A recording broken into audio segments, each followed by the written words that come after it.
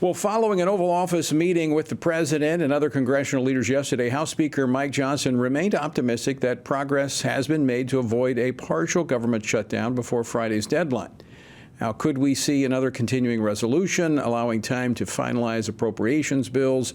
And will these final deals yield conservative wins, or will this be more of policy by Chuck Schumer? Joining me now to discuss the latest is Senator Mike Lee of Utah. He serves on 4 Senate committees, including the Senate Judiciary Committee and the Senate Budget Committee. He joined us by phone as the Senate is currently working on legislation he'll be voting soon. Senator, welcome back to the program. Thanks so much, Tony. Good to be with you. So, Senator, some big news today. The Senate Republican leader, Mitch McConnell, stepping down after serving as the longest-running Republican leader. What do you anticipate being the next chapter for Republicans in the Senate? Well, first of all, I congratulate Senator McConnell on a record-long tenure as leader, and I hope that for whatever time he has left as leader, he's indicated an intent to step down in November, but whatever time remains, I hope he'll choose to spend that time fighting to secure America's borders and unifying the Senate Republican Conference around Republican priorities. Republicans really need to stand together now more than ever against Chuck Schumer and Joe Biden's destructive agenda. We've lost some of that of late, and I would love it if he finished on a strong note by showing he's willing to unify Republicans around Republican policies. Well, let's talk about some of those policies, like the border. I mean, the American public laser focused on that issue. I mean, it's reaching a level of almost 80% of Americans say the border needs to be dealt with. Is that something we're going to see happen? Yeah, I would love to see it happen. I've been advocating for that to happen. The Biden administration wants the Biden administration to be funded. And what I've been encouraging my colleagues is to say that they've got something that they want. They want their government funded fully and as if nothing had happened, as if we hadn't just been invaded by 10 million people, as if we hadn't had women and girls being raped and murdered left and right across the country by people who are here unlawfully. And given that we have something that they want, we should ask them to pass legislation as part of that spending bill that would force the issue of border security, that would actually force them to secure the border. There's a bill that passed the House of Representatives known as H.R. 2. That would force the issue. I think we should attach that to our spending bill. They want to fund the government. We want to make sure that the border is secure. We should attach H.R. 2. Now, if the second anybody says that, they say, "Oh, you're calling for a shutdown." No, that's not what this is. But in order to anticipate that, I'd say even if they won't do that, a fallback position could be, rather than passing an omnibus or a series of what they call minibus provisions, a quarter to half or more of all federal discretionary spending in one bill. If they are unwilling to attach H.R. 2, then we should say, okay, in that case, let's stick with a continuing resolution that would take us through the end of September, through the end of the fiscal year. The reason for that is not something I normally like, but we've got this Thomas Massey language that was incorporated into some legislation last year that says that if we continue to operate through a continuing resolution through the end of this fiscal year, $100 billion in cuts will kick in. That's a pretty big win. So they can have it either way, but I think Republicans need to stand united.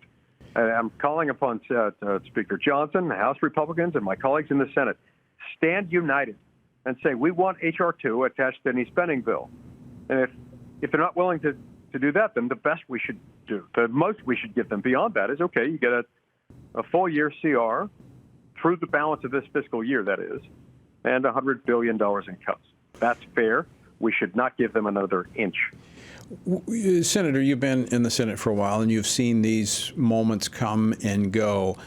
I would see this as one of the greatest leverage points that Republicans have had to actually get something done when it comes to the border. Yep, that's exactly right. This is an opportunity, a huge opportunity to do this.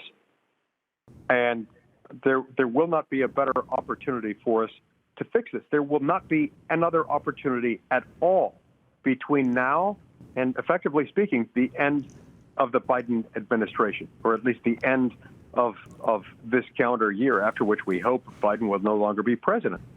There aren't that many ships that pass this way. This is the last ship passing.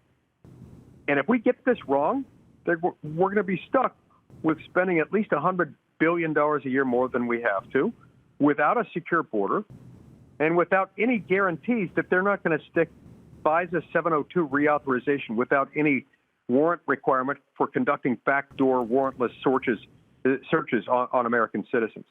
That's unconscionable. It's unthinkable.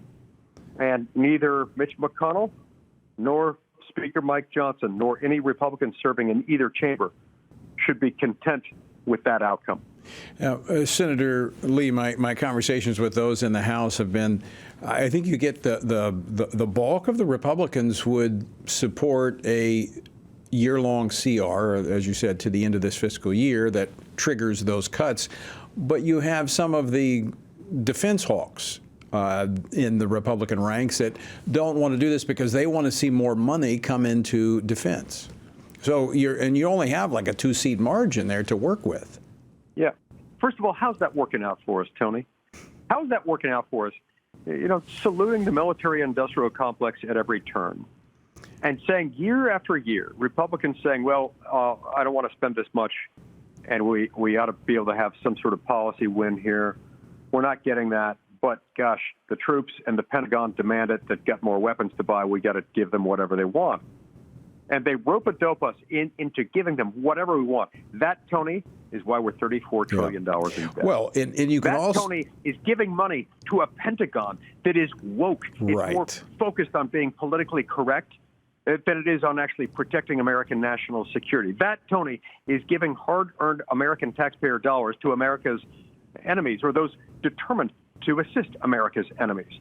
We shouldn't be facilitating any of that, not with this administration, not with this Department of Defense, not with Secretary Lloyd Austin, who has betrayed the American people in so many ways.